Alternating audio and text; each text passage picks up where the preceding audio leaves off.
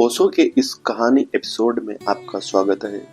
दोस्तों, आज जो मेरे पास ओशो की कहानी है वो बड़ी गहरी है, उसके अर्थ बड़े गहरे हैं। तो आइए कहानी शुरू करते हैं। उससे पहले अगर आप मेरे वीडियो पे नए हैं तो मेरे चैनल को सब्सक्राइब कर दीजिए।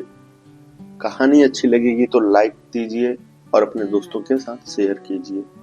ओशो कहते हैं कि एक फकीर के पास ये युवक गया और उस युवक ने कहा, मैं ईश्वर को, मैं सत्य को खोजने आया हूँ, क्या आप मुझे कोई मार्ग बता सकेंगे? वह फकीर बोला, इसके पहले कि मैं तुम्हें कुछ कहूँ, मेरे साथ कुएं पर आओ। वह कुएं पर पानी भरने जा रहा था। उसने हाथ में एक बाल्टी ली और एक बड़ा ढोल लिया और वह कुएं पर गया। उसने बाल्टी कुएं में डाली, खींची और वह युवक खड़ा हुआ देखता रहा। बाल्टी खींचकर उसने उस बड़े ड्रम में, जिसे वह अपने साथ लाया था, उसमें पानी डाला। लेकिन ड्रम के नीचे कोई बॉटम नहीं था, उसके नीचे कोई पेंदी नहीं थी। पानी जमीन पर बह गया। उसने दूसरी बाल्टी खींची, वह भी डाली। वह लड़के का संयम टूट गया।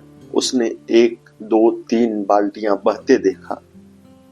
चौथी बाल्टी पर उसने कहा, महानुभाव, आप भी आश्चर्यजनक मालूम पड़ते हैं। जिस ढोल में आप पानी भर रहे हैं उसमें नीचे कोई पेंदी नहीं है और पानी बहा जा रहा है। अगर आप जिंदगी भर पानी भरते रहे तो भी यह भरेगा नहीं। उस फकीर ने कहा, मेरे मित्र, मुझे ढोल की पेंदी से क्या मतलब?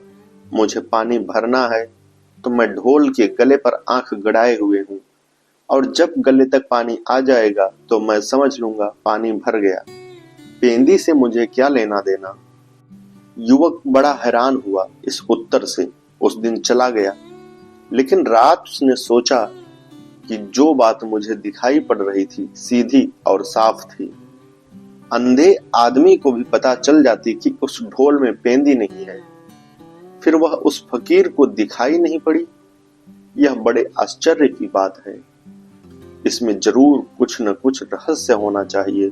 जो मुझे दिखाई पड़ रहा था वह उसे क्यों दिखाई नहीं पड़ेगा?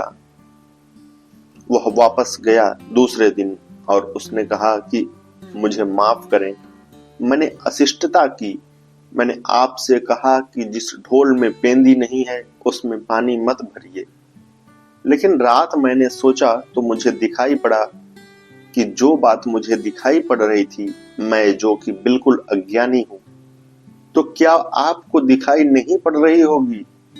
आपको भी दिखाई पड़ रही होगी। तब जरूर बात कुछ और है, और मुझे कृपा करके समझाएं कि उस पेंदी से रहित ढोल में पानी भरने का आशय क्या था।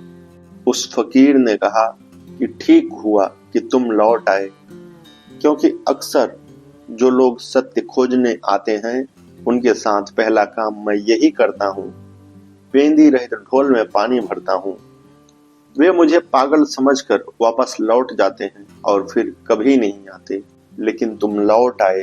तुम ऐसे पहले आदमी हो लौटने वाले, और मैं तुमसे कुछ कहूंगा।